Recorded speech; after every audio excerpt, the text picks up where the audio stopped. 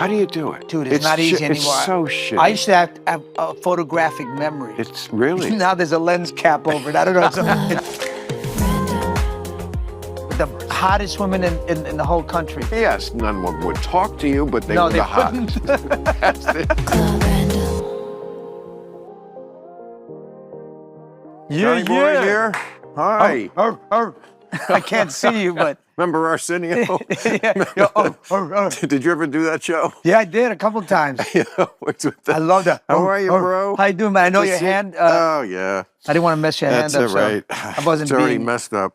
How you doing? Welcome to the left coast. Left Coast is awesome, man. I love You this. like it here? I do like it. I won't live here, but I love it here. I feel love like- visiting and getting the fuck That's out. how I feel about New York. No, Why? Do I have to love New York to be? I think you gotta kind of love New York because New York. Come on, it's the cradle of civilization. Well, it's certainly not the cradle of It civilization. is the cradle of civilization Okay, it didn't in America, and the world, in the Okay, world well, right now. America isn't all of civilization. We do know what the cradles of civilization are. Were. I mean, they're no longer. That's so chauvinistic. I mean, you can New York, love your city. New York East. Look at my shirt. I get it. I know. I lived there twice. I'm from the area. My father commuted from New Jersey into New York every day. Oh, you're from Jersey. Oh, that's not the same. That's not the same. No, Come on. but it's not. Okay, it's not the same. You're right. And I think better because I like living in the suburbs. I don't like living in a building. I had all the advantages of New York. By the way, never have given up on the New York teams. Still root for the Knicks. Can you believe this Knicks situation? You fire the coach before you even hire the coach? I'm so glad they fired him. I think he was. No, I agree with I you. don't like him because he played. First of all, he played. He did not give them enough rest. No, he wore them out. He broke them. He broke them. He learned to have a larger rotation during the playoffs. Yes. In game 4, he started. I'm so glad you agree with me on this. He started to rotate and put the bench in, but it's too late. And it worked. You don't learn But these it was things. also too late because these guys hadn't warmed up all season, hadn't gelled with the team, and they came in like maniacs. And they still played well.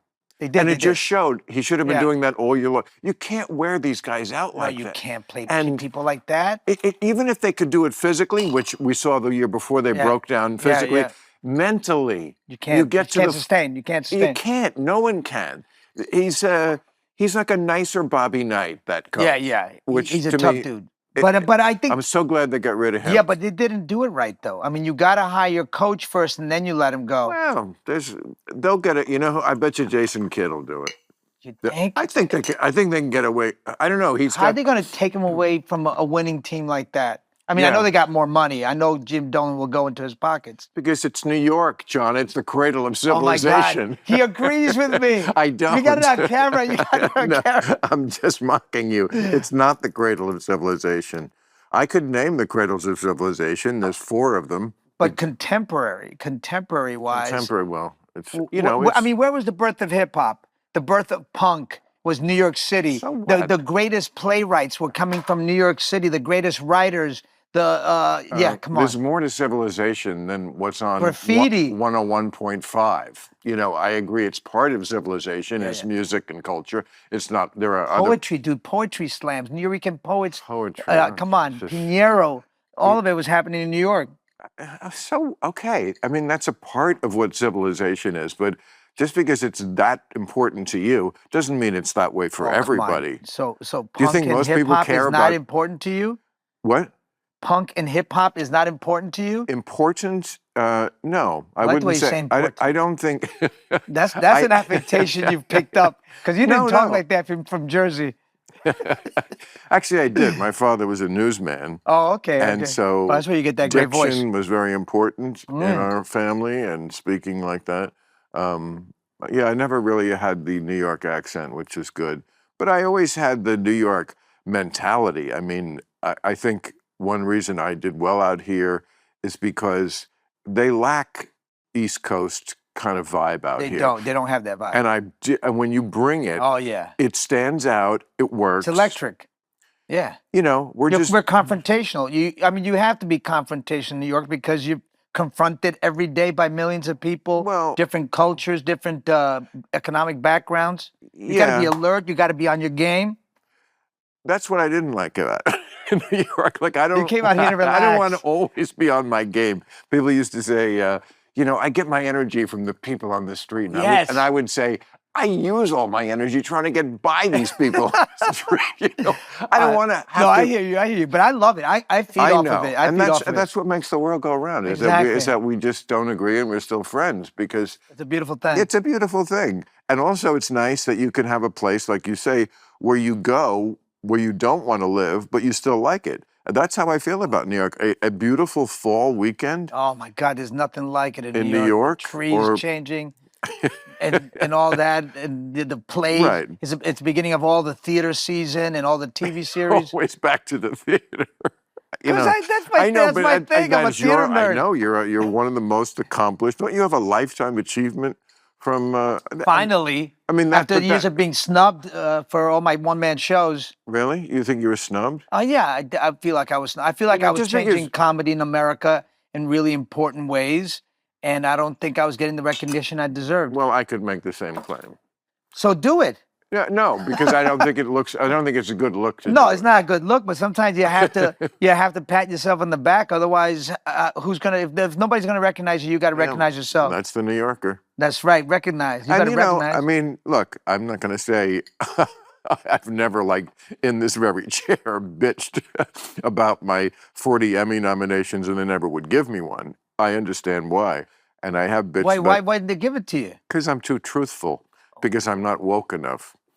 Damn. People like you get awards because it's the woke speaking to the woke. So, it's always good. And that's okay. I understand that. I'd much rather have the freedom to speak always as I have, completely freely and completely truthfully as I see it. No, it's interesting you're saying that because you're right. People who start seeking awards and recognition start couching their speech and their themes to get those awards. So you have to hit certain, you can't say certain things. And it works, by the way. It works. It can work, Because, I mean, voters, the award voters, they absolutely confuse the actor with the part. Absolutely. Very often. Always. So, was Matthew McConaughey good in Dallas Buyers Club? Yeah, he was amazing. He was good. But I think it was a given that he was going to win because the character he played was someone who fought for AIDS, against AIDS, and Well, but also, come on, the Oscars and all these award shows. I mean, I don't want to diss them because I want to get one, but at the same time, the movies that win are never the movies that are the cultural shifters and the cultural makers. They're not the best movies of the time, of the era. No. They're like popular and they're not cute. popular. No, the winners of the Oscars. Come on, it's never the most John, cutting edge movie. No, that's exactly what they're. What they're not are the popular movies. The ones that win are the ones that are saying to the audience. The movies used to say to the audience, "This is Hollywood. Welcome to our show that showcases who we are and what we do, and we want to show you that we make the best movies." Now, what they're voting for is we want to show you that we're the best people. So things like Nomadland that no one went to see or wanted. No, nobody went to see that. Nobody wanted to see. Nobody went to see a lot of these ones. But her previous movie was amazing, amazing. The writers. It was about. She started as a documentary about these Native American kids, and she turned it into a movie about their own lives and scripted their own lives into it. And one of the kids got. They were Bronco riders. And one of the kids got stomped on his head. It was wild, amazing. There is such a divide between the ultra woke stuff that wins the awards. There's no ultra woke, bro. I'm ultra woke. They're not woke enough for me. I'm sorry, they're not woke enough. Well, that's quite a statement, and we probably should not pursue that at all. America is a centrist country. We don't have a real left. We have a real radical right, but we don't have a real radical left. We have center and then a little center left. Real radical left wants to destroy government just like the right, wants to upend everything, wants to throw out the establishment. We don't have any of that. Come on. What do we have? The left, the Democrats eat their own. And they don't listen to their progressives. They destroy them. I don't even, I picked the wrong week to quit sniffing glue. I tell you, I mean, that's, come on, let's go back to the reason why. I mean, as I always say to my woke friends, we voted for the same person. You're just why she lost, because there is a very radical left, and it was ascendant in the Biden years, and they did things that normal Americans did not think were correct and went too far. I am one of those, and I'm a liberal. I never changed. They changed. Trump won on many things, but among them was he had a commercial where he said, Kamala Harris is for they, them, I'm for you. Right. And that capsulized for a lot of Americans what they don't like about the Democrats, the polling that they've done since the election bears this out. Wait a second. No. I think you're off. I think you're off. I'm going to I'm going to quote polling. I can't be off. Those are facts. I think you're off, but those are facts. I got facts for you too. Okay, but let me. Yo, bitch, I got facts. Okay, but I can't be off if I'm just saying what the polling says. And the polling said a majority of Democrats themselves believe the party is too concerned with boutique issues like trans, not that it's not a thing or important, but as opposed and the racial hysterics and gender issues, that kind of stuff, and they don't like America enough. These are Democrats, and they would rather them concentrate on the pocketbook issues and the practical issues that they were talking about crime. They're talking about life is too expensive. They're talking about national security. They're talking about immigration, secure borders. They're not anti-immigrant. They just feel that the party lost touch, and I would agree, certainly the left wing of it, with the average person and what's important to them. I think you're wrong. I'm sorry. But, I know you do. Oh yeah. And I'll try to state my facts. The party is not just concerned with helping trans people or LGBTQ plus. I didn't say just. No, but that's what's happening. We got thrown this red meat, and that became sort of our single issue. But we're not a single issue party. We're for the working class, and that's why I've been a lifelong Democrat. I don't see it that way. But that's not the reason we lost, bro. The reason we lost is because Kamala was not the right candidate. She wasn't primaried. Joe stayed in too long. And whoever would have gotten selected needed the time to win the people over. We didn't have a candidate that was to par. That's not true either. She only lost by 1.5%, bro. That's how bad Trump did. She would have done better if she had less time. The more they saw her, the less they liked her. And nobody needs 11 weeks. All you need, no other country. No, you do. You need all that time to win the people over. No other country. All the parliamentary democracies, no other country has long elections like we do. I know, it's ridiculous, bro. 2 years, it's almost 2 years of election. Right, it is. What we do is ridiculous. They understand. They declare an election in Britain or Germany or France or Israel, and then the candidates have a month or 6 weeks. Plenty of time for you to hear. Yeah, it should be. All they need to do is make one. Here's what I would do. Here's what I think. That way I agree with you. I'm sick of these 2-year campaigns that we have to focus on this bullshit. It's a scam. Yeah. And it's because, there's too much money in it. These candidates shouldn't be spending all their time raising funds. There should be limits to it. We should know where the dark money's coming from.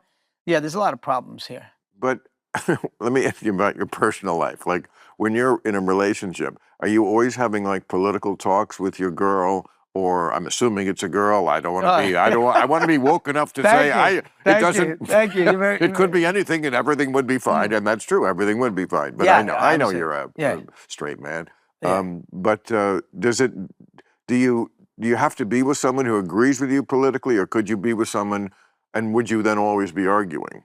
My wife and I are always arguing. Oh, you're married now. I've been married. I've been married almost tomorrow. Tomorrow's our anniversary. How many years? We've been married 25 years. You've been married 25 years? Yeah. I got bad information. Yeah, no, it wasn't. I mean, we've had our ups and downs, and we got past it, and I think we're doing great right now. We're doing amazing. So your marriage came along just with the century.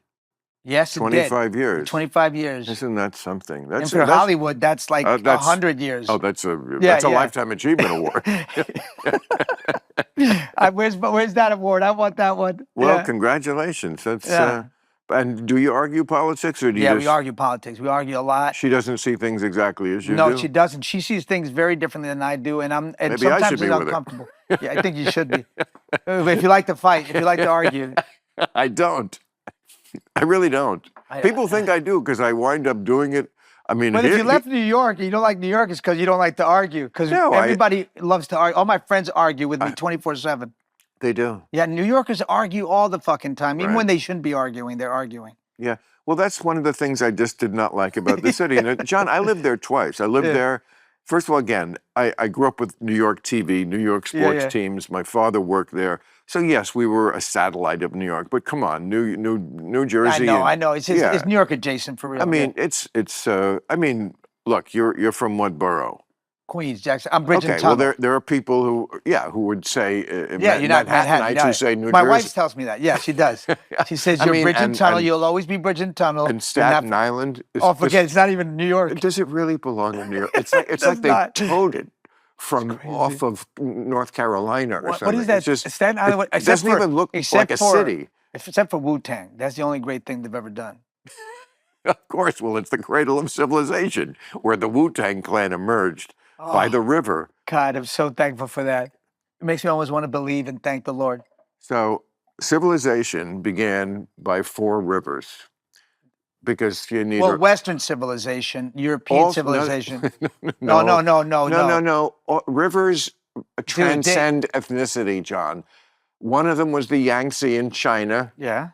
Okay. Again, this is before there was even politics, so there couldn't be any prejudice about where it started. It was just about the river brings fertile soil. Let's live here. Yes, but there were a lot of places that happened. 4.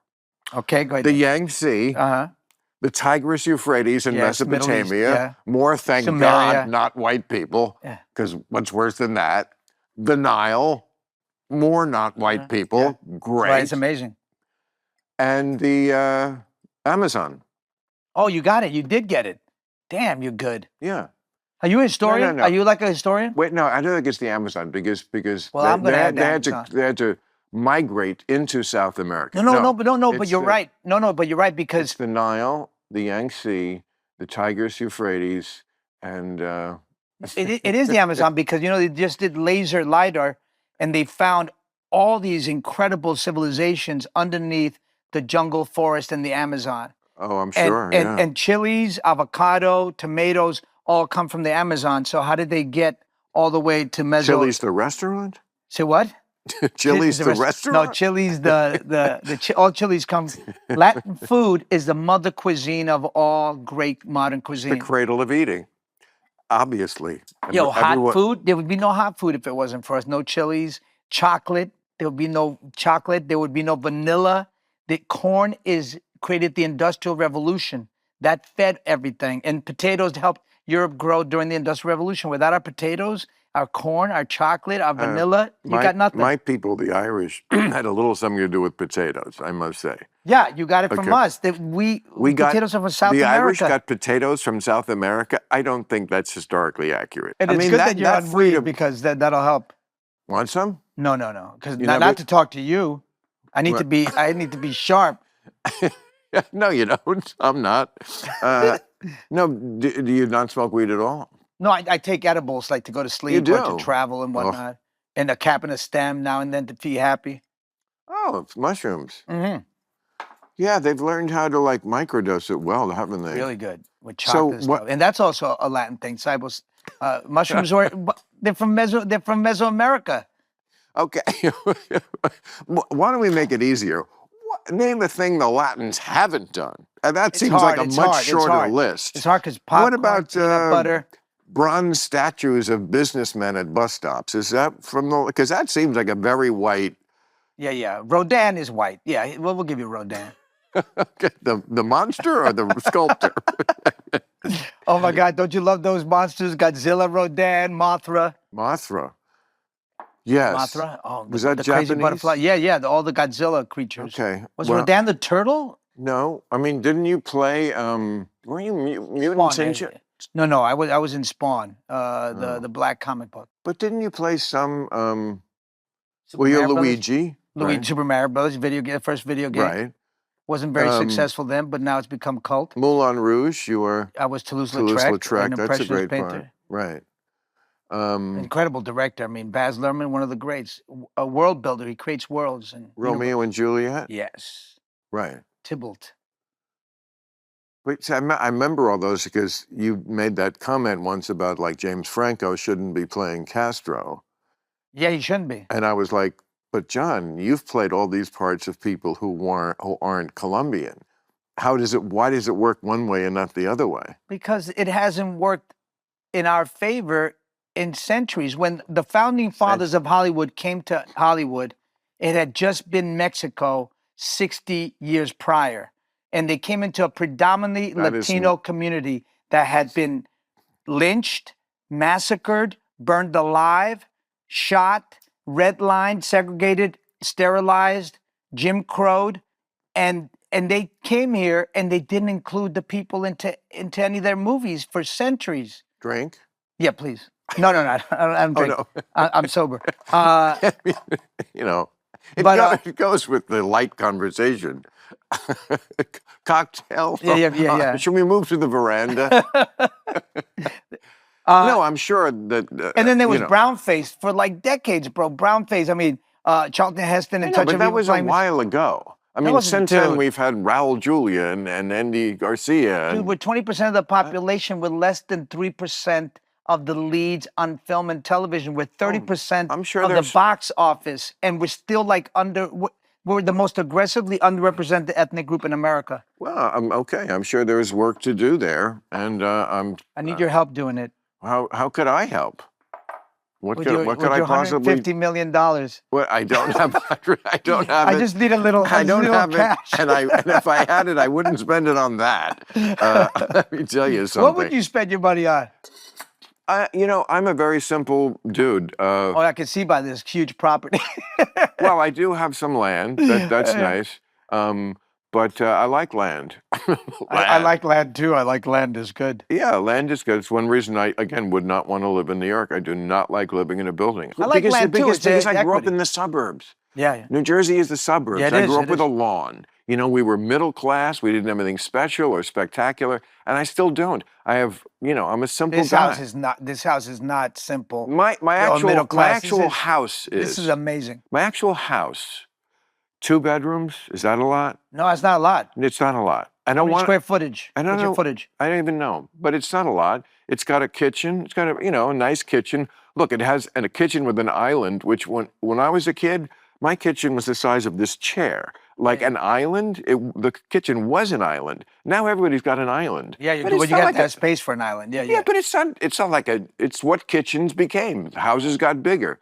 So I have a kitchen. I have a small dining room. A nice living. You're not overcompensating. A nice living room, and then upstairs there's a family room, which I don't go in a lot because I don't got that. Family, you don't have a family. And then my bedroom, a spare bedroom, a nice closet. I mean, I have a great office. It's built sort of for one, that house, but I don't need a lot. I'm a simple guy. One house, one car, one plane. That's it. You don't have 2 homes. You don't have one plane. Just a simple jet. No helicopters for you? No. That stuff doesn't make me happy. It's just stuff that means stuff to me. Right. Could they take my politically incorrect sign? They could have, but. Oh, politically incorrect. I love that show. Yeah, you were on it. Yeah, I was. I love it. Yeah. So. Yeah, you were very influential. I mean, your show was incredible. I mean, because nobody was talking like you back in the day when you came up with being really aggressive about thoughts and calling people on shit. Oh, nobody was yet doing gotcha. And I'm TV. still doing it. Yeah, you still are. Yeah. No, I mean, I was funny reading the paper today, and there's Curtis Sliwa on the front page. Wow, crazy. Right. Running for New York mayor. Right. And it was, I just remember him on like the subway. The first season of Politically Incorrect, because we would have, we had like a budget of nothing. And so we would have local New York types on very well. And he was interesting. Remember the Angels? Of course, I see him on the subway all the time. Right, with the red hats. Yeah. And I think his girl was with him, and she was kind of like a hot guardian angel. She was really fine. She was like some kind of Russian chick. Yeah. And now I see him, and we all look older. Although you look fantastic, you really don't look like you still Well, look brown don't so. break down, so Another thing in the brown column. I'm so glad. I'm so glad. Let me keep scoring. Yeah. Latin. Yeah. White people, bronze Oh, white people have statues. done some good things. Bronze statues. Wait, Uh, we were the first ones to combine avocado and toast. You were. The Winter Avocado Olympics. toast is incredible. Winter Olympics. That's amazing. That's us. Skiing. Music and elevators. Oh, I love elevator music. White Come on, people it have really done it. relaxes me. White people have done a lot of things. I know, a lot of bad things. But everybody in the world has done a lot of bad things. Oh yeah, no doubt. Being horrible and racist and colonizers and all that shit, it is not the province of one race. No, or no, one of course not. Of course civilization. not. I mean, my 15th. I go back 500 generations on both sides in the Americas. 500? Yeah, on both How sides. do you know that? Because I went on Finding Your Roots. But they don't go back 500 Yeah, generations. you can't because No. they can't. They can't because the Catholic Church kept crazy records. Not 500, John. Yeah, you got 500. that one. No, I promise you. They traced me back. My No. 15th grandfather. That's not 500. 1400s? Humans. What's the 1400s? Well, think about it. How many generations in That's a 500 years ago, brother. I know you're on a little bit of weed. I'm going to help you with the math. Oh, no, you're the one who's going to be embarrassed. How many generations in a century? I mean, well, it depends. Let's If say you're Latino, it might be 20 or 30. In a century, you have children every 16 years. Say 20 years for a generation. Okay, all right. That's about. So there's 5 generations in a century. So in 500 years, that's 5 That's if everybody's having kids at 20. Yeah. That's 25 generations. I'm the only person on the show that they could trace my lineage 500 years on both sides in the Americas. 2 conquistadors who were genocidal murderers. But I'm sure you're related to conquistadors, but they don't go back 500 years. 1492. Conquistadors were like 500 years ago. Again, that's 25 generations, not 500. That's 400 years. I didn't say 500 generations. I said 500 years. You said generations. No, I said my 15th grandfather was Ben Alcazar, right-hand man to Pizarro. And he came to Colombia before he genocided tons of Ecuadorian women and children. And then he came to Colombia and created 4 cities. Yeah, I mean, Mexicans are a mix of the indigenous people and the Spanish. So, when people are like, oh, yeah, I mean, and the Spanish were as you got to go on Finding Your Roots. You're going to find. I did. What did they find? Did you have roots? Yeah, I knew basically what they were. My father, Ireland. Yeah. My mother, that family originally was from Hungary, Hungarian Jewish on that side. Although the Jewish kind of melted away as they came to America. I mean, that wasn't really put into me, but it's my heritage. And my father's side was pretty standard, like came right after the Civil War in this country, the potato famine in Ireland. Oh, sure. They traced it certainly back 1818. I remember that number sticks in my head when they had the name of, it was what, great-great-great-great-grandmother or something like that, born in the church. They go back to like the church and because the Catholic Church kept yeah, of course they kept the record. Yeah. So they knew the people absolutely, their full names and who came here and then married, and O'Toole married this one, and yeah, I mean, it was a very standard history. The Irish came to this country around that time, and they've also faced horrible prejudice. Oh yeah, they were Irish and actors need not apply, or something shit yeah. like that. And every ethnic group that comes here gets the shaft. You're like at the bottom of the right. But we've been here. The first European language spoken in America was not English, was Spanish. And we've been here since then. Absolutely. And we Irish, because they're white people, can move up, but we haven't moved up. We've stayed in the same place because this is the 4th mass deportation of Latinos since 1830. We've been after Mexico became America and they took the land and invaded and took from the Mississippi to the Pacific, they started lynching people, stealing their land, stealing their political wealth, and then they mass deported in the in the 1930s with the Repatriation Act. 2 million Latinos, most of them were American citizens. Yes, and what the president is doing, scaring the shit out of people who shouldn't have the shit scared out of them and should be able to stay here, is awful. And I told that to him to his face. You did? Yes.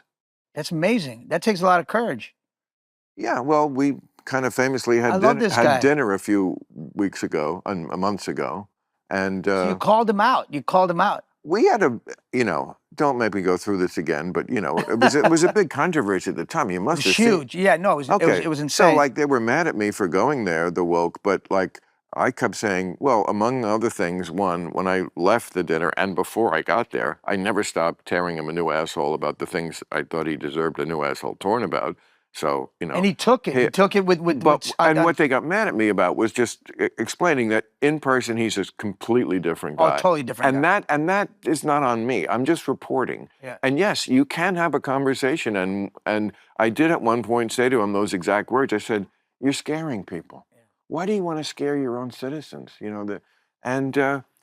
In public, he would have exploded at that. Right. And say, "You're a terrible person." Yeah. And in private, he talks to you like a human being and listens a lot better than a lot of other people who are in those kind of positions have. That's just the truth. I know. Right. I know they hate to hear it, and a lot of people are involved. But it's the presentational, performative side of him that's so dangerous and heinous. So dangerous and so heinous. Yeah, yes, I mean that absolutely. side of him, because I've met him too, because we all met him in New York. He was always in the clubs, hitting on some model or something, whatever. Sitting on some corner trying to hit on all the hotties. And what were you doing in the 90s? The same thing. I always had a date. I always came with a date. I met him once at Moomba. Do you remember Moomba? Yes, of course. You do? I saw him at Moomba. He was always at Moomba. Okay, well, that's where I met him twice before he was president. Once at the Playboy Mansion and once at Moomba. Yeah, Moomba was hot. That was where all the models were going. And I think he was once on Howard Stern, and my name came up, and they were. Howard was always asking about girls, and I guess I was with someone, and he went, "Yeah, he was with someone not bad." You got not bad, hey. You got the nod of approval from Trump. That's crazy.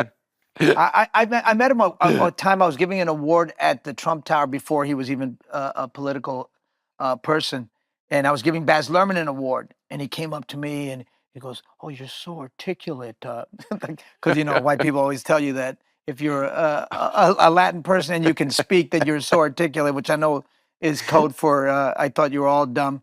But he was so meek. He was so. I was astounded at how incredibly meek he is. I wouldn't quiet. I wouldn't call it meek. What I would call it is knowing how to make everybody.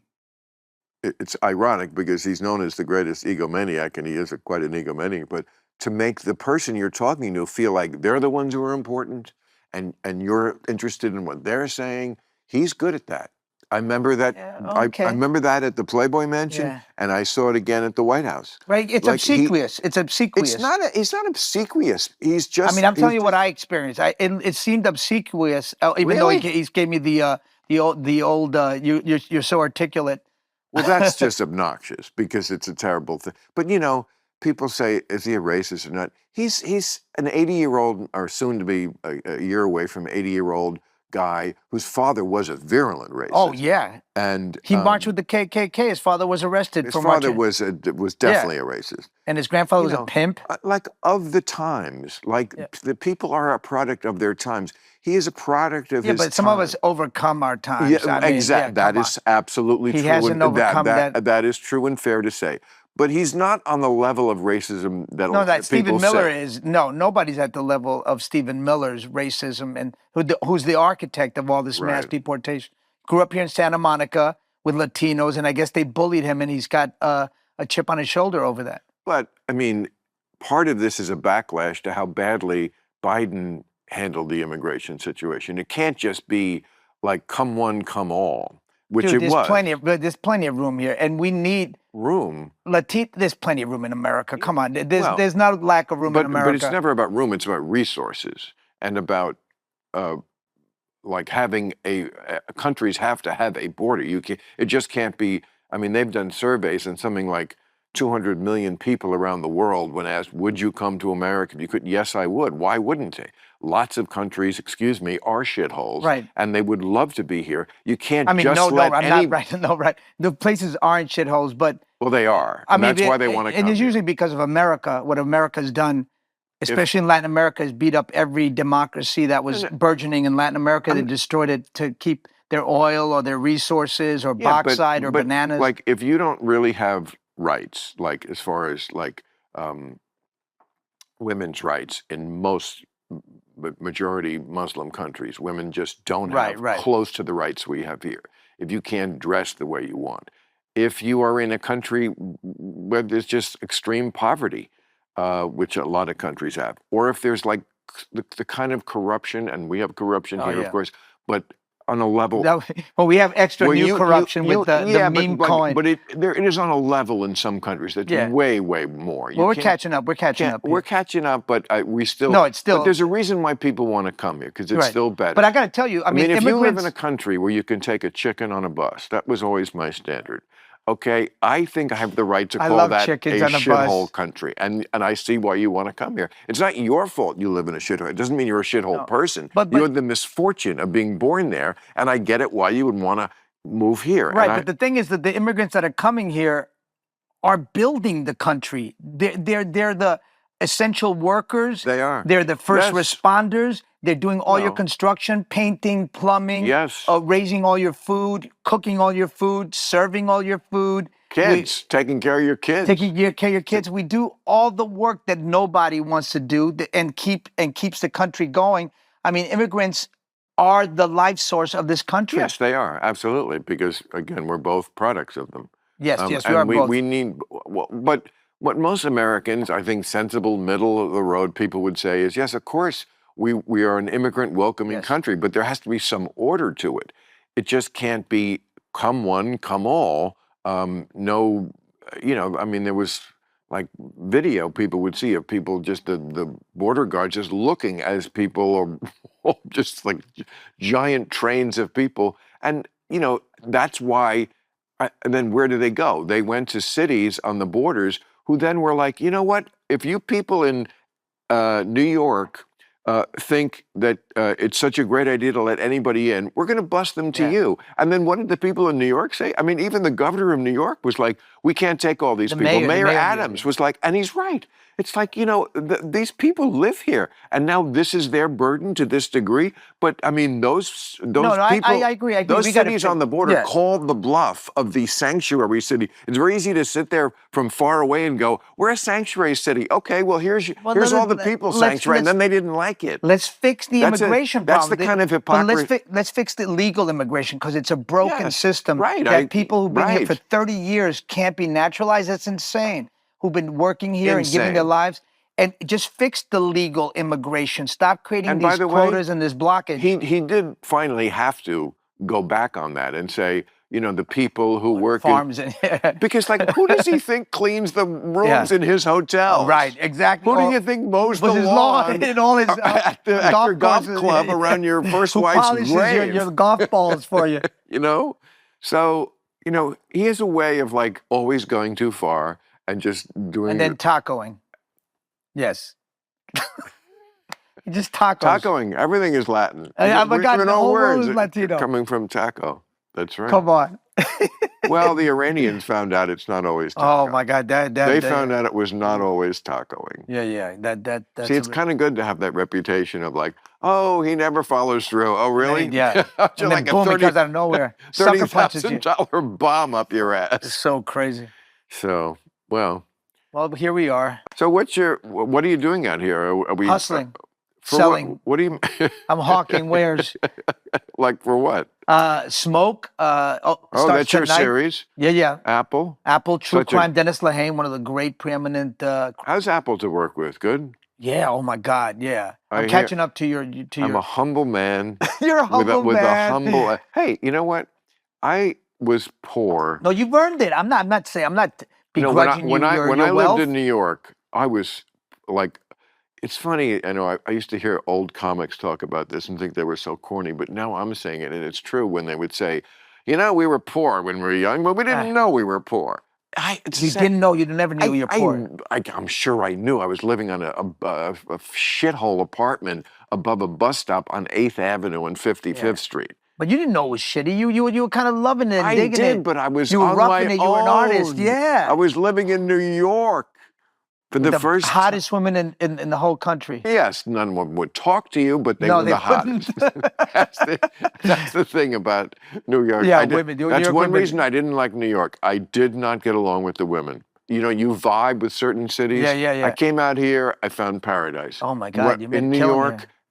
Well, you also came here when you had mad success. More success. I did not come here when I had mad. I came here in 1983 when I had done 3 Tonight shows. I didn't have. Oh my God, that's success. I had a little apartment and a Toyota, and my sound system was. No, that's not success. My sound system in the car was a boombox in the back seat. Oh, you have a Toyota Corolla? Is that what you had? That plugged into the cigarette lighter. Those are some sad times. That was my sound system. Yeah. Where I put a tape into a boombox. I remember those things. In the back seat of the car. But didn't you think you were cool? Come on, you thought you were so dope. No one could think they were cool with a boombox in the back seat. And but then you started, I remember I was going out with a girl in 1985 who was like so out of my league. And she would just unmercifully make fun of me about that. That's incredible. You gotta love that. You gotta love that. I do. It doesn't work to have things if you can't look back and know what you didn't have, because it just doesn't. Somebody was mentioning sometime recently that, nice bathtub. I said, I never had a bathtub that I wanted to get into until I was 45 when I moved here. Wow. I never took a bath. I mean, I had that you took like sink took a showers? shower, because like the idea of sitting in this little narrow shitty. Do horse baths? Horse baths, like at a sink? They used to call it, they had an ethnic name for that, but I won't say it. No, I know they did. Because it would make you so mad. I'm just saying I've heard it. I know. But that's good restraint. I appreciate that. But it was a blankety blank shower. Yeah, no, I know. I've taken many of them. Yeah, we all have. I still do it sometimes. Yeah. Yo, I found out that when I realized that I was really poor was when I went to the Fresh Air Fund. Do you remember the Fresh Air Fund? They used to take Latin and black kids that were poor, and they would send us to a rich white family in the country for 2 weeks. And then I realized, oh my God, they have TV dinners, they have TVs, 2 TVs. They have all this space. They have a yard. It was incredible. Then I realized I was fucking poor. Yeah, I was super poor. I mean, that apartment was horrible. It was what they call a studio, which meant one room. I often woke up with roaches around me. Oh yeah, that's sometimes crawling on me. Oh yeah, no, I've had that. I mean, I've had one crawl on my lips. Yeah, if you don't know you're poor, then when you wake up with a roach in your mouth, that is the most disgusting. Not this kind of roach. No, that kind of roach. You wake up with that one. That's okay. That means you had a great night. Yeah, I mean, I got talent because that's the only way you can get girls if you're broke. Is if you have talent, and it's like a magnet, and girls come to you. Otherwise, without cash, you're not going to get girls. Not in New York City. Take me through that. How did the talent? Because I don't remember this happening to me. I don't remember being a starting out young comedian and I've got talent, and the girls were there. They were not. Oh my God, they were all over there. I was at First Amendment Improv. I don't know if you remember that. It was on Bond Street. What was your first thing? You were in an improv troupe? Yeah, I was in an improv troupe. In New York? Yeah, and there were all these... Where were they headquartered? Bond Street. Where, downtown? Downtown, Why? and Robin Williams would come in, Bruce Willis would come in. Yeah, I was in the C company. I wasn't part of the A company. I never got to the A company. Well, that's their loss, huh? Now they look stupid. So they had like leagues like that? Yeah. So there was like all varsity, junior varsity? Yeah. Wow. C was the worst. But they kept promising. So you had to like clean their bathrooms, do the bar, sweep, and clean up the whole place. Who from the A group would we know today that went on to good things? Oh, wow. Maybe nobody. Michael, oh my God, what's his name? Michael. Well, I can't remember his name. He can't be that great. No, he was in talk radio on Off-Broadway with Eric Bogosian. And Nancy Lombardo coached Josh from Drake and Josh. Comedy.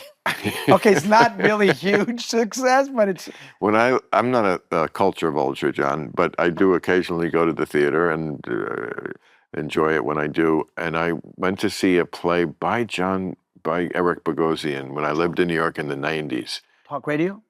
No, I don't think it was. Sex, drugs, and rock and roll? Maybe it was that. It was on, it's in the Village, and it's this little, it's the theater's the name of the street, like the Barrow Street Theater, or maybe. Manila Lane? That's it. Yeah, okay. That's it. Yeah, it's a great little theater, yeah. Okay. I saw that there. Oh, I think that was Sex, Drugs, and Rock and Roll. That was a big one, yeah. Right. And yeah, I was Drinking in America, or one of those. They were great. I mean, oh, you didn't like it? No, I did. Oh, yeah. I did. I thought it was kind of revolutionary. Yes, he had quite a moment there. Yeah, because he brought rage. He brought anger to it. He brought a lot of great stuff to one-man shows and to comedy. Right. I mean, I would say, in many ways, what you did on, bro, similar stuff, like one man, like I'm just going to bring it as me. Yeah. He was one of my one of the people who inspired me. Lily Tomlin, Whoopi Goldberg, and of course the great Spalding Gray, who was I think the forefather to all of us. Right, he gave me my first Obie for Mambo Mouth. Spalding Gray gave it to me. What was the name of the big show he did? I remember. And we're talking about a waspy white guy. Oh, the waspiest dude you ever met in your entire life. But you're still okay. Swimming to Cambodia was a big. That was it. Yeah. Swimming to Cambodia. What a name for a. Wow, I don't. Yeah, you wouldn't think that would be a hit, but it was. I think they ran it on PBS, and I saw it there. Sounds like the kind of thing that would happen. I read all his plays. I read everything and his new documentary is incredible. Where, he talks about. So girls would come to. No, they would be part of the troupe, and we'd be hanging out. Yeah, and they were all super fine. Really? And the headliners in comedy, dude, they were so fine. Wow. Jane Bruckner was one of the hottest women I ever saw. Pat, I can't remember her last name. Pat was a waspy chick. She was fine too. Yeah. Emmy Gay, she was. Yeah. There was some Tamara. Yeah, there was a lot of great. You sure they were fine, or maybe they were just making you laugh, so you liked them more? I like that too. I like that too, but I've never. No, they were fine. They were fine. Really? Yeah, because you're right. There weren't a lot of hot chicks in stand-up. It's just not but improv. I know there have been very attractive. I mean, Sarah Silverman is a world. Oh yeah, she's fine. She's fine. Yeah. And lots of the ones that had a reputation because in the old days they had to sort of play that up to get over on the audience. Lucille Ball and she's a beauty. Yeah, she started out as an ingenue, not as a model. She was a model. Yeah. So Carol, and then she married that Latin guy. Yes. And back to Latinness again. And he was a success in the 50s. So I mean, is America really that terrible? Oh, dude, the one guy in over the whole population around you, and there's one guy who's making it, who they couldn't even get the show on the air. She had to fight and say, I'm not going to do your radio show, unless my husband's in it. But America's not going to believe you're married to a Latin guy. And she goes, but I am. It's so hard to imagine that show without him. Lucy, you got a lot of explaining to do. Because, times were so different. There was an episode where she purposely gets a sunburn so that Ricky won't hit her. Oh my God, that's so because she bought a dress that she shouldn't have. And just the idea that America was super cool with this complete notion of, oh, sure, your husband's going to beat me. Husband's going to beat you. Spousal abuse, it's part of the marriage. Ralph Cramden. Oh, yeah. To the moon, Alice. I mean, it's hard to imagine, I don't know, Ray Romano threatening his wife with a closed fist every week at the end of it. Everybody loves Modern Family. O'Neill's going to go, come over here, Sofia Vergara. I'm going to knock you out. And the gay guy is going to hit the other gay guy. We got to do it right. It's just... I'm just saying. It was a different time. I'm just saying, the amount that this country has changed, as much as we have problems, is just astounding. And I just don't think that's something that they want to acknowledge enough on the left, because they always want to feel like, I'm the better person because I say things are worse than you are saying. And that doesn't make you better just because you're glummer. Glomming, that's a very New York word. Did you say glomming? No, I do say that word all the time. My mother used to say it. Yeah, I yeah. said glummer, Oh. but glomming. Yes, my mother would always say, It's a great "Hey, Yiddish New York glomming word. on." Yeah, yeah. Glomming And the on. ganifs, those ganifs coming over. Oh, yeah. Yeah, yeah. Emes, you know that one? No, I don't know what emes That is. means like the real truth. Oh, wow. Nobody Yeah. ever gave me the emes. That's exactly how you say it. Like give me the emes on whether the Oh, that's so dope. I never heard that. whether That's that hot. bomb wiped out the Yeah, yeah. Iranian nuclear state or not. You know, Ooh. like give me the emes. Give me the emes. But you know, and I only know some of these from TV, like Spilkus Spilkis. and Yes. what's the other one? Cavelling. I'm cavelling over there. Cavelling, Verklempt. Look at that punum. What a lovely The punum. punum, yes, yeah. right. Punum. I said punum. Yeah, punum. But we have a lot of Latino phrases in the language. Oh, yeah. Tons. Okay, so They're good. Like homie. homie? Yeah, you're my homie. What's up, homie? That comes from I thought California. that was black. No, black. It was black adopted, but it was Latinos here who were in jail, and you're a homie. You're from my hometown. You're my homeboy. You know the movie? I'm sure you do. The what what's the name of it? It's the fighting fighting queen. No, Which one? Which one? it's it was Give about me more. Give me more. 3 years ago. I think it was about the African kingdom of Dahomey and the warrior queen. Oh, maybe? yes, with Viola Davis. Correct. Yes. Correct. Yeah. And they gloss over the little fact in the movie to a degree, not completely, but they play it down that it was a kingdom based on slavery. Wow. Blacks taking other blacks as slaves, which happened all the time. Yeah. And the name of that kingdom was Dahomey. Dahomey. DH. Yeah. And that's I remember the homie. when I. That's what all I could think of was the homies. These slaves were captured. They ain't my homie. And there was take the homie. The country used to be called Dahomey for years. I remember seeing it on the map, and now I think it is Benin. Benin. I mean, everybody changed names. They do change names from colonial names. I mean, Beijing when I was a kid was Peking. Remember Peking? Yes. Peking duck. Peking duck. That's where it came from. Yeah. Yeah. Wow. Things have changed. Sri Lanka was Ceylon. Mumbai was Bombay. Right. You know, I mean, it's incredible. Yeah. How do you keep up with all this? You have to read a lot. My job. It is your job. It's always been my job. It was always my passion because, again, my father was a newsman. Oh, so like, news was a big deal in your house. It was. You know, I mean, they didn't force it on anybody, but, you know, kids, they just absorb by osmosis. Yeah, you do. So, you know, and I could also, we could hear my father on the radio. My father was a radio news guy. Would I have heard him? You may have if you listen to Mutual Broadcasting or WOR. WOR, I listened to WOR. You probably heard Bill What, Maher. in the 70s? Into the 70s, yes. By then he was more transitioned to editor, but 50s and 60s mostly, but maybe early 70s. And this was the days when every radio station had, news at the top of the hour. Yeah. Just 5 minutes of news, you know. Like Wins News. They have the whole world in 10 exactly. minutes. Ding. Yeah, top of the hour. Top of the hour. Wins News. The whole world in 10 minutes. That's so Secretary of State Kennedy Howell has met with President Khrushchev's premier. Yeah, you got that voice, man. In Vienna. The radio voice. Talks were described as productive but frank. In other news, the hula hoop is. Yeah, the hula hoop is all the rage in America. And that was just how it was, you know. So it was always what I was interested in. The history and news. History and news. The New York Times is always. What college did you go to? Cornell. Oh, that's a good college. Yeah. What'd you major in? English, history. English lit. Yeah, I mean, I think I started. Your dad let you major in English lit? He was okay with that? Well, I mean, if he's paying for it, doesn't he want you to be in a career that's going to bring you? He wasn't paying for a lot of it. He was out of work at that time. Oh. I was a drug dealer in college. I mean, a pot dealer. Look, it's. Hey, that's how you paid. That's how you paid for your credits. At a certain point, yeah. I mean, look, I say pot dealer because primarily a pot dealer. But if our dealer got something else, we would sell that too. Oh, damn! You know? Yeah. So this is the 70s. Yeah, it's a different time. And I'm lucky. Well, you had to make. How you were going to pay for college? You wanted education, which is a great thing, and the only way for you to get it was dealing.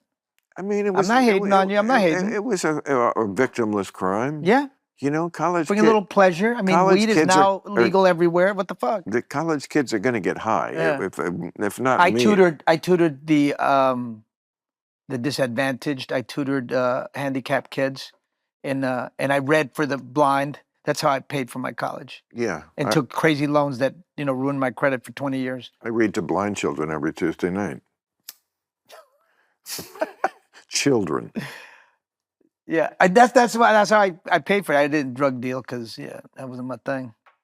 But in New York, you never got like sucked into a drug lifestyle. No. You were never. I grew up in that neighborhood. Everybody was like, there was so many addicts, and I was like, I'm never gonna be like that as long as I live. Well, you don't have an addictive personality. No, I have addictive personality, but you do. To what? To caffeine and reading, success. Everything you like is not an addiction, and some addictions are good. I never understood the term sex addiction. They would say he's got a sex addiction. Like, and what is that's a bad thing? Like, how is that a bad thing? What's the problem? What do you get? Wrinkles from smiling too much? I mean, I mean, but people have gone to. I mean, Tiger Woods, Michael Douglas. It's just a performative sort of act of contrition. Exactly. We know what well they're trying. said. A performative act of contrition. They went away to. You tell I'm Catholic because I'm talking about contrition and penance. I was raised the same way, Catholic. I'm a recovering Catholic. Me too. I'm damn sure. Oh yeah. Yeah. My father, thankfully, pulled out. And Catholics, that's their method of birth control. It is. That was my method for years. Pulled out of the church when I was 13, right before. That's what I meant. Out of the church, I pulled out of the church. So you're not Catholic anymore? No, not at all. Not really? At all. Yeah. No religion? No, my wife's Jewish, but she's not practicing, and my kids, they went to a crazy St. Anne's and Grace Church, but they're not practicing either. Do they ask you about spiritual matters sometimes, or say, Daddy, what do we believe in? No, they never asked that. That's interesting. We never really talked about. Yeah. I mean, I talked to them about spirituality. I did talk to them about that and meditation and finding your inner voice and all that stuff. I think it's, as far as children go, I think that kind of stuff is something you'd have to tell the kids to begin with, because it's just not something that would cross their minds anyway. If you're 8 years old, you're not like worrying about the. What do you believe in? What is your? Do you believe in God, or do you believe in a higher power? Yeah. They're not going to ask that. I believe in another toy. That's what I believe in. I believe in chocolate and I believe candy. in baseball. Yeah. I believe in not getting beat up. Obviously, you want to have great philosophical conversations with them when you can. But I always talk to them about spirituality and meditation and all those things that matter to me. Are they grown up now? Yeah, my kids are 24 and 25. Yeah. So what's that like? I mean, can you talk to them exactly like a friend, and should you? I think at this age, if you want to have a great relationship, you got to stop being a parent at some point. Otherwise, you just scare them away. Right, you're right. Because you're being judgmental, basically, because they're not doing it the way you want it to be done. So you have to shut up a lot. And also, they're grown up. Yeah, they're grown up. They gotta, at some point, they gotta let the bird fly. Yeah. But I'm a Latin dad. I want them to be around me 24/7. I want them to live near me. I want to have their spouses come and stay with us. I want all of that. I do. They're so married? You have to be. No, they're not married. My son's been with the same girl for about 2.5 years. So who knows? They're living together. But you could be a grandfather at some point. I would love that, man. Really? Yeah. That's what I'm 64. I long for that. Wow. We're closer in age than I thought. How old are you? 69. Get out of here. Yeah. You're not 69. Yeah, 69. You're just trying to impress me. No. Show me your birth certificate. I am really. I don't believe you. What are you, Trump? And what am I, ICE agent? What am I, Obama? But wow, I'm really falling behind in this race to get to grandchildren, because Dude, if you don't have kids yet, that's or marriage. I think you're going to be grandfather and father at the same time. No. Are you planning to have kids? No. Are you kidding? Well, that's a good decision. Of course, it was a great decision for me. I Yeah, mean, people are I different. think so. I don't think everybody has to have kids. They certainly don't. The place is overpopulated anyway. I think so. You got to do it if that's what you think there's- your mission is. There's a very big movement. I mean, Elon Musk is one of these guys. Oh my but God! Like repopulated with all his sperm. I mean, if you're a billionaire, I guess there's a lot of incentive. But he's not the only one. A lot of people are on this tip that we need to like have more babies. The Trump administration. Oh, well, what kind of babies though? Like white babies. That's part of it. Yeah. Let's talk about the real. That is part of it. The real mission. I think that is definitely part of it. Is that they see themselves getting outbreeded. Yeah. And it's true, you know. But well, I mean, this country was a Native American country. That was the big population here. We were all Native American, and then until the Great Extermination, 95% of us disappeared off the Americas, out of the Americas. When you say us, you're talking about indigenous like, people. I mean, people. yeah. I'm indigenous, so yeah. But I mean, Colombian. I mean, come on, there's Spanish, Inca. Spanish blood in you too. You're not. Oh yeah, no, I'm not fully. You're not one indigenous. of those, you know, with the bowler hat. You know, the ones. Oh my God, the Peruvians! I love that. The women adopted that hat. That is the dopest thing. What is that all about? That black round hat. It was. I think it was a bad shipment of bowler hats that got sent to Bolivia. And the women loved them, and the whole shipment of it, and they became part of the culture. But it was a British bowler hat. I wonder if you looked up on Pornhub, you could get one where the girl was wearing that while she's blowing a guy. I bet you can find anything. That's what I'm. You can saying. request that. I gotta don't want go that. on. I'm just curious. Go on the app Field. FEELD. No, I don't want to do it. I don't want to see it. I'm just trying to help you. I'm not, I don't use Field. Don't. But if you want to ask for like bondage or no, I whatever, don't. I don't. If you want to ask, I mean, for spanking or a pinky up the ass, go to Field. I don't have any stake in it. But looking for Bolivian blowjob, and I'm not. I'm just curious about things. But you're a curious man. I'm very curious, and that's what keeps you young. I think so. Absolutely. Well, I think a few things keep you young. What else? What else keeps you young? The pot. For me works for me. You know. What else? It's an energy drug for me. You know, I'm gives you energy. I'm more energetic. I would never do it before I slept. That would be the opposite of. Wow, that's crazy. I take them to go to sleep to get that velvet dream. Many people do. Yeah. We all have different body chemistries. Yeah, we do, absolutely. You know, that's why we all like Cap and Stems make me feel the most content I've ever felt in my life. But then some of my other friends get serotonin depletion, and I get so mad, depressed the following day. You are definitely getting serotonin depletion from mushrooms. That's a fact.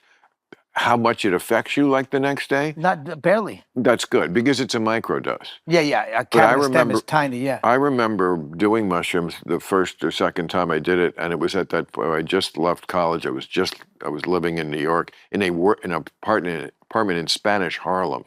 Oh, look at you! It's Spanish again. Go to your 99th Street. 99th Street, definitely Spanish Harlem. I remember I had one of my first jokes was like, I live in such a cultured neighborhood. Everyone is practicing their Spanish all the time. Did you pick up any good words? Coño, hueputa. Por favor, I learned. Por favor is good. That's good. Please. Please. You always please. That's about it. I'm not a cunning linguist. But a lingual cunnilingus. I was living on 99th Street. Spanish Harlem. Spanish Harlem. Yeah. On the east side. What was I telling you? Yeah, it was a 5-floor walk up. 5 floors. And kept you in shape. Oh, really did. And, it was between 3rd and Lex.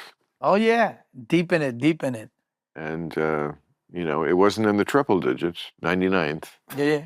So, you're not in, yeah. But it was right at the border. I think the border was what, 96th Street or something like that? Of Spanish Harlem? Yes, absolutely. Yeah, because my cousin lived on 98th and 5th Avenue in Spanish Harlem. What were the addresses you remember? Well, I lived in Queens. So, all your life? Yeah. Corona, East Elmhurst. You never lived Oh, yeah, there? When I went to college, I went to NYU, so I was in Manhattan, yeah. And then I lived all over the place. I lived at the Whitby. You must be ecstatic about the new mayor. We don't have a new mayor yet. You must be ecstatic that the Democratic candidate is, Bandani. Zamboni. Zoran Mandani. Yes. Yeah. I'm still learning the name. No disrespect. No. I don't feel disrespected. He must be thrilled about that. I like him. Yeah. I think I'm a sure. democratic socialist. So yeah. Right. I mean, one of yours is getting in. Yeah. And wow, we'll see how that goes. Well, we'll see how that goes. I mean, we still have a long way to go. Everybody's now backing Eric Adams. Well, not everybody that I'm friends with, but I know a lot of New York movers and shakers are backing Eric Adams now because they feel like Cuomo's going to be out. I read today that the people Cuomo did the best with were the people that Mamdani was targeting the most, the working class, Black and Latino. No, Mamdani did well with Latinos. Maybe he didn't do well with blacks. Okay, there you go. I don't know why. I think because they've seen this movie before about being somebody who has promising stuff that cannot possibly be delivered. Oh, no, he might be able to deliver. I mean, do you feel like Eric Adams delivered? Please. No, but tough on crime? Yeah, right. He wasn't. I like. He wasn't tough enough, man. I mean, I mean, New York is doing fine. I think it's doing okay. We just have to deal with like you guys got to deal with the homeless situation. Yeah. But you know, Reagan in the 1980s, before 1980, you were able to institutionalize people. I mean, the thing they got Eric for was the connection with Turkey, the bribes. Yeah. Remember that? Yeah. Like the country of Turkey. And it was like, okay, it wasn't what he should have been doing exactly, accepting, hotel rooms or whatever. Well, he shouldn't be accepting anything. I know, but it was like, of all the things people do in this world. Well, I mean, the meme coin, Trump's meme coin. Like, come on, that's real. Right. That's a real Ponzi scheme. Right. Yeah. Or the dude in New Jersey, Menendez. Oh, Menendez.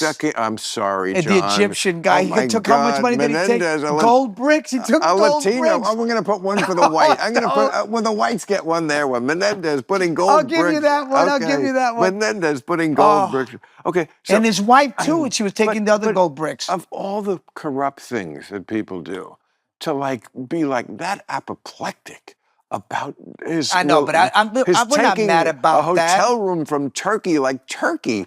Okay, so he did some favors for Turkey.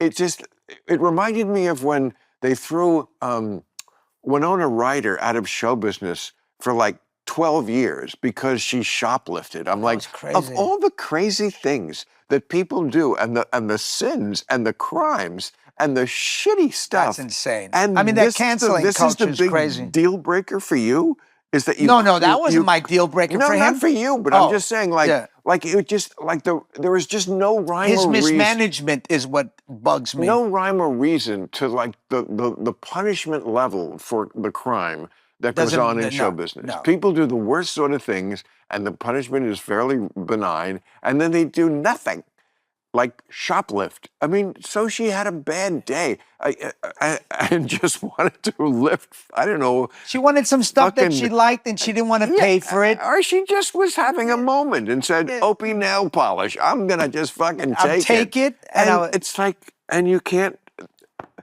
Who hasn't shoplifted in their life? Come on. I shoplifted a ton when I was a kid. Baseball cards.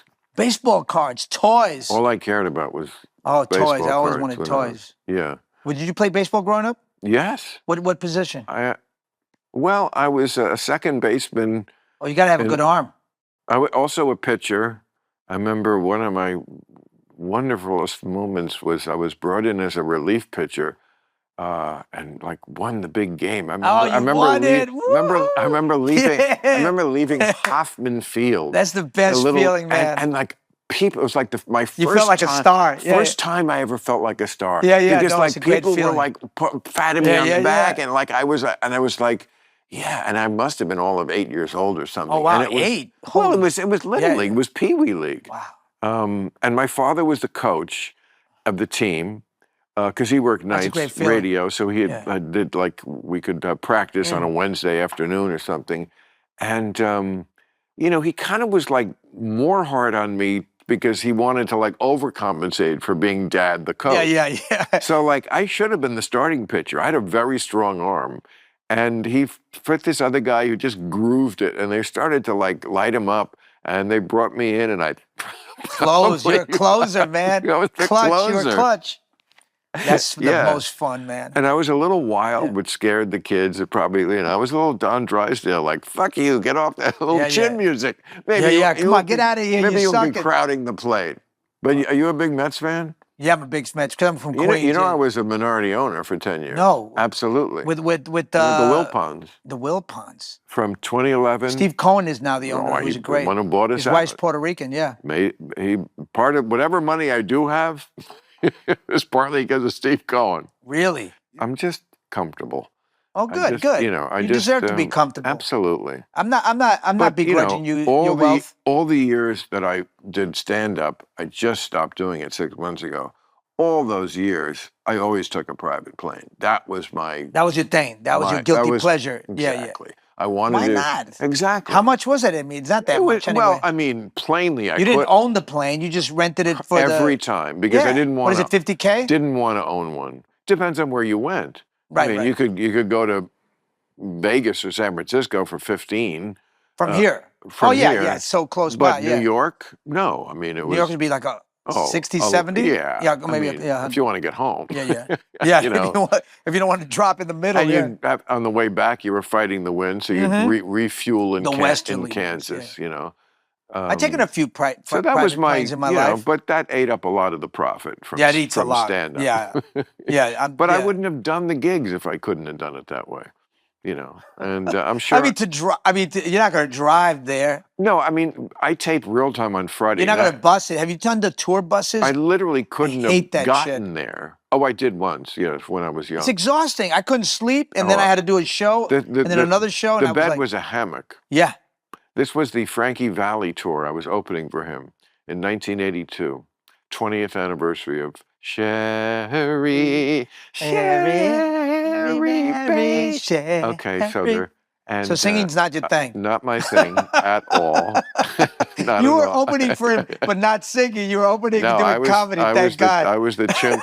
I was the chimp up there while they were getting their seats, and I was on the tour bus. And man, yes, it was a hammock.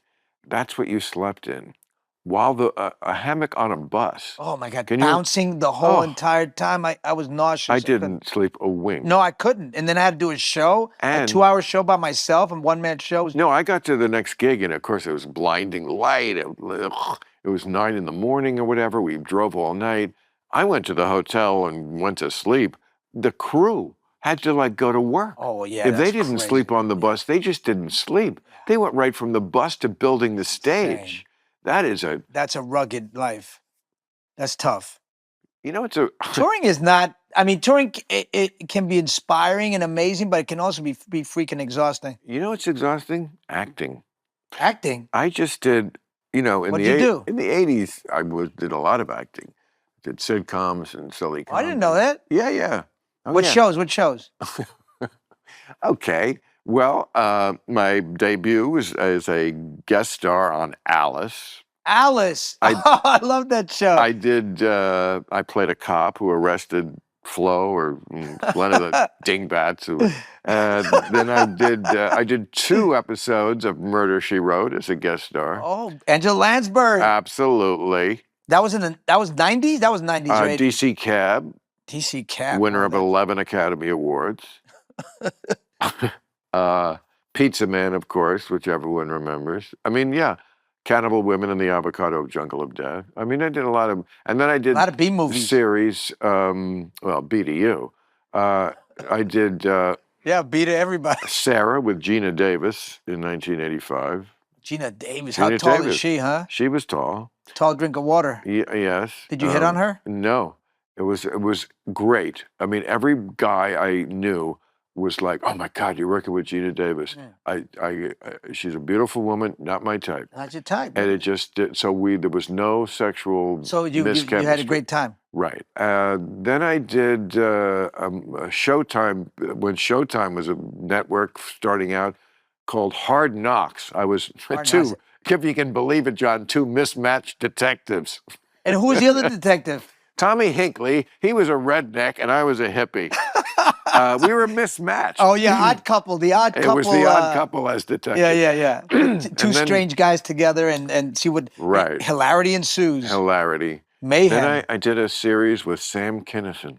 Oh, the late great Sam. Oh, I love that guy. Yeah. Ooh, oh, that yelling. Yeah, that's not how I felt about him after we worked together. But Oh, he was okay. an ass. Well, he was on heroin, so he would Oh shit! I always didn't know. I didn't know he was a keep druggie. everybody waiting for like 8 hours while he was like this in the makeup chair. So, but that was called Charlie Hoover, and he played a little miniaturized devil on the main character's shoulder. Okay. And I was, of course, the office creep. Of course. Of course. Typecast. I did the movie House 2, the sequel to House. Remember House? No, what was House? House. Is that a horror movie? It was a horrible movie. Horrible. What's the difference? It was no. It was the first one was such a hit they made a sequel. It was like a comedy about a haunted house. Yeah. Okay, I know what you're talking about. And I almost. Who did you play in that? Not the part I wanted. I was. They were looking at me really hard for this. I guess the lead, and I think Michael McKean got it. Oh, Michael McKean. Yeah. Yeah. So I'm still bitter about great that. Actor. So yes, I had quite the career. You have a resume there. That's for sure. So anyway, last week, my new friend Chris Pratt. Yeah. He does a great series on Amazon called The Terminal List. Plays a Navy SEAL, and he wanted me to do, lend cameo. Well, as myself, Yeah. on the set with two of the people who I know because I watch the series that are.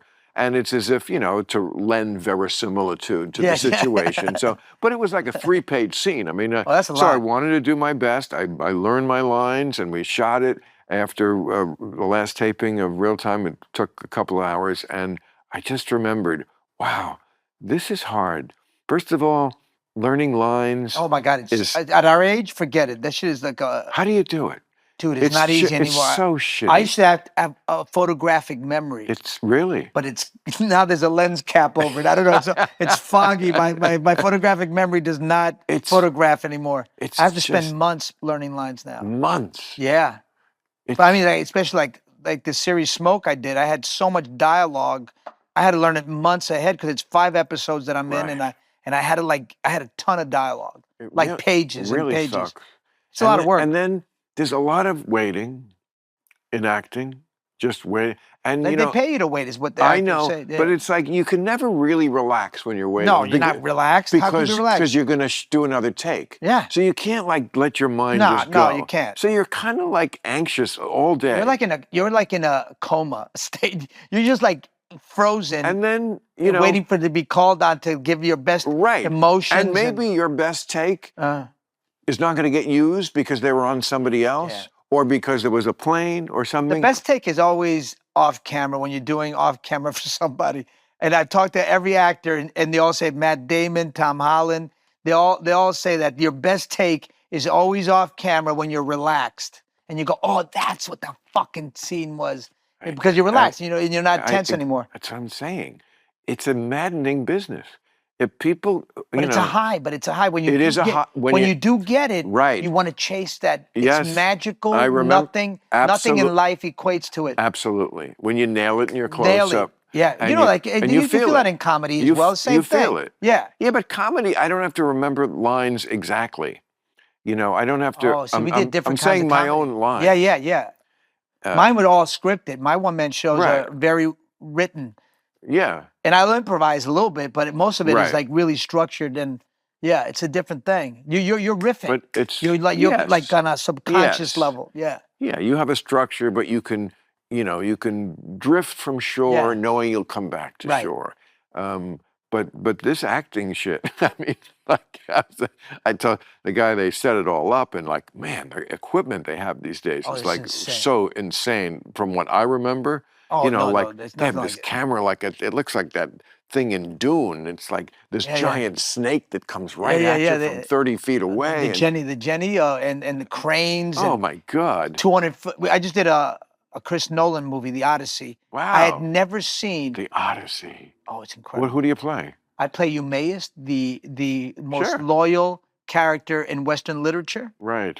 That's how he sold it to me. And yeah, probably true. No, it is true. But now that is the cradle of civilization, The Odyssey. for Well, I mean, we're talking about Western European literature. Yeah. okay, but it's 800 BC.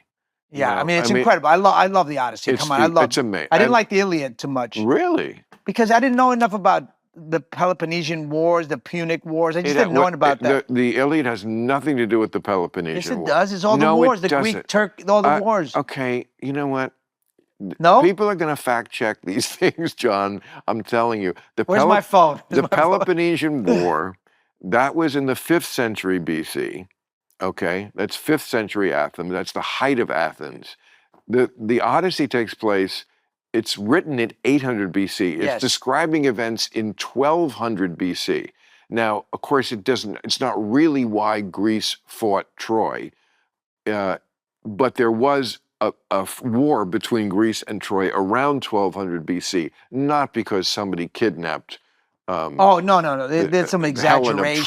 It's like a Hollywood version of what happened. But that's what's talking about. But it's not the Peloponnesian, Greece. It was the Punic Wars then. The Punic Wars were in Africa.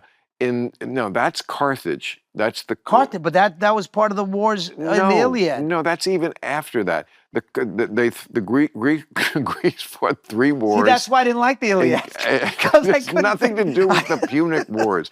The Punic Wars. That's why I was so confused with the Iliad. The Iliad is hard. You know the name Hannibal? Yes. Okay, Hannibal, that was part of the Punic Wars. Hannibal crossed the Alps. This is history now. Yeah, this is true. Yeah. In 218 BC. Crossed the Alps. He was going to attack Italy from the north. This motherfucker goes all through Spain up above Italy. France, comes down from France. And he was defeated by Fabian Cunctator, which means Fabian the Delayer. He had the elephants. Crossed the Alps with They're not that fast, elephants. In the Alps? It's like what people used to be able to do. Okay. Bring elephants over the Alps? How crazy is that? What was he smoking? In 218 and was finally defeated in 202 BC. So for 16 years, Fabian just delayed and avoided him until he wore himself out or the elephants died or I don't know what the fuck. They ate all the elephants. But that's the Punic Wars. But that's what I'm saying. I did not like the Iliad. I could not follow it. It's too hard. Well, okay, but it has nothing to do with the Punic Wars. But the Iliad, the Iliad is a story of war. And it's a story of pride because it's Achilles who has too much pride. So he's not. I like mythology. Right. Well, it is mythology. Yeah, I like mythology. But it has great characters. Yeah, but it's still too hard. It's hard to follow, man. It's not that. The Odyssey is much easier to follow. It's clearer. Father and son story. Father goes to war, comes back, he's missed by everybody. The suitors are all going after Penelope. Yes. No, and it also, the reason why James Joyce wrote the novel Ulysses, which is not a parody of Ulysses, but a reimagining.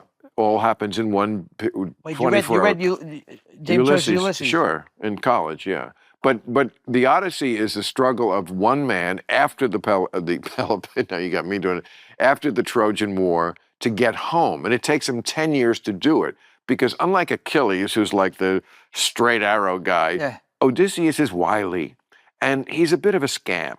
It takes him 10 years to get home. Circe has him for a while. Could he have done it in 5? He probably could. But he was having But there was so many sirens. So many sirens. So many sirens. The sirens were like Vegas. He had that T-shirt. So many sirens, so little time. 10 years. Right. Not enough time for that many sirens. You know, it takes him. No, not all of it was his fault. I mean, it was hard to get home.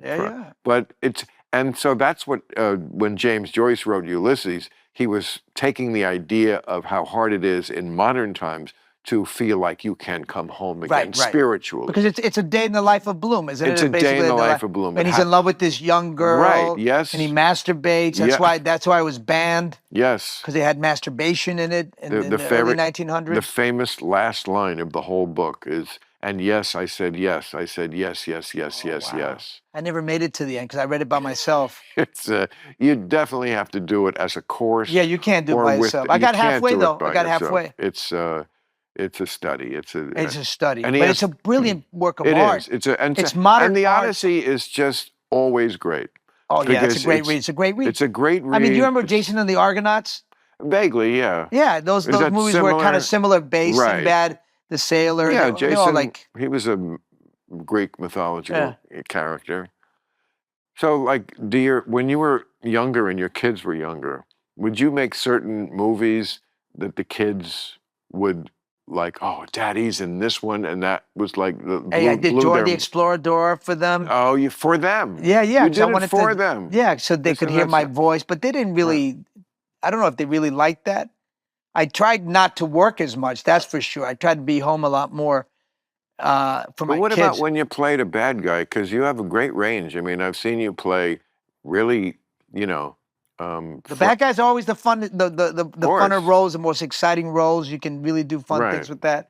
Yeah, I enjoyed that. I mean, yeah, I tried. Once you have kids, you do think about your legacy, and you do think about what am I putting out into the airwaves. And I tried to play a lot less villains because I just didn't want to put that out there. You know, I mean, I wanted my kids to see me in ways that were more positive, especially being a Latin man. I didn't want to be always a villain because there was so many roles for villain. Dude, when I started out, the Ross Report, do you remember the Ross Report came out every Monday and told you what roles were available? It was like Jim Crow. It'd be like white actor, white lawyer, white doctor, Yeah. white lover, Right. Latino drug dealer. And they wouldn't see you for any other role except the drug dealer. So I was like, you know, my chances of making it in this business are going to be difficult. I did a piece on my show a couple of years ago, probably around Oscar time, about, and I've since become friends with this director, Nancy Myers. Oh, You know, Nancy I Myers, love- yeah, complicated. Oh, many Yeah, a ton of amazing great rom-coms, yeah. And, you know, we laughed at it when I finally met her because she would turn out to be a big fan. And she said, boy, I saw you kind of go after me. I was not going after her. I just used one of her movies as an example to say that for all the people who think they're so liberal, if you look at movies only from 15 years ago, you will see movies that are like so amazingly completely white. And these are made by the biggest liberal. Liberals, And the biggest we're not liberals. talking about 1975. No, we're talking about 2010. And you could see lots of movies where I was making jokes about it. I said, you know, it looks like you would need a restraining order. It's crazy. To get people. They were so all white. They were all white cast. It was insane. I mean, and she wasn't the only. I could have picked so many different movies from that era. That was just an example. Yeah, it was just an example. You weren't going after. All these super liberal people were in her movies. Alec Baldwin and Meryl Streep, and it was Steve Martin. It's like these people who are really liberal, the liberalist of the liberal wokest, and I'm like, but they weren't aware. Okay, they weren't aware of the situation. It was not that long ago. No, and you were completely okay to make a movie where again. There must have been a restraining order.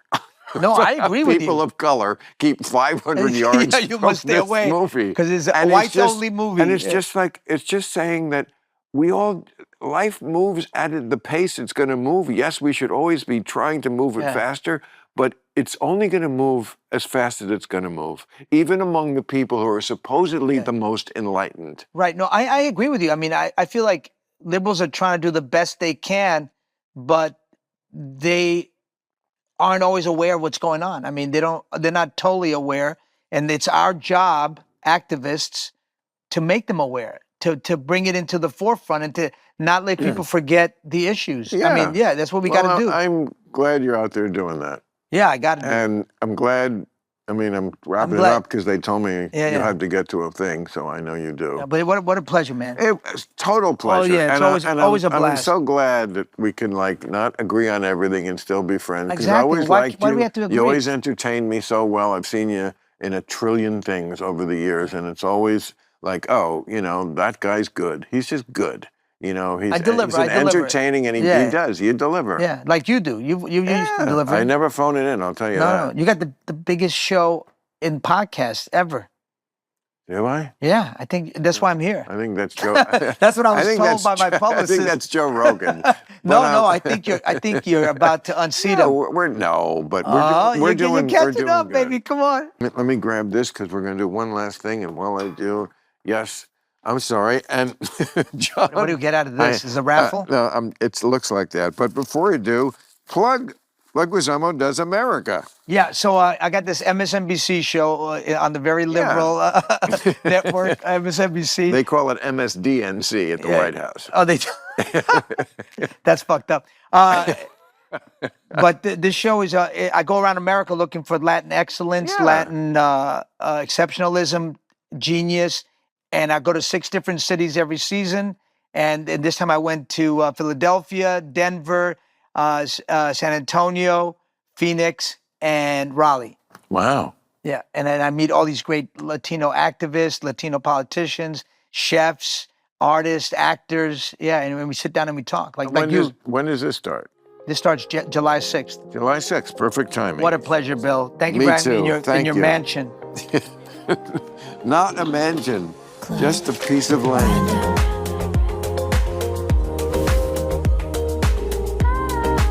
You know how long it took me to walk here? It was like a 15-minute walk from the entrance. It was. Good. That's what we like about California. We can Lots spread of out. land.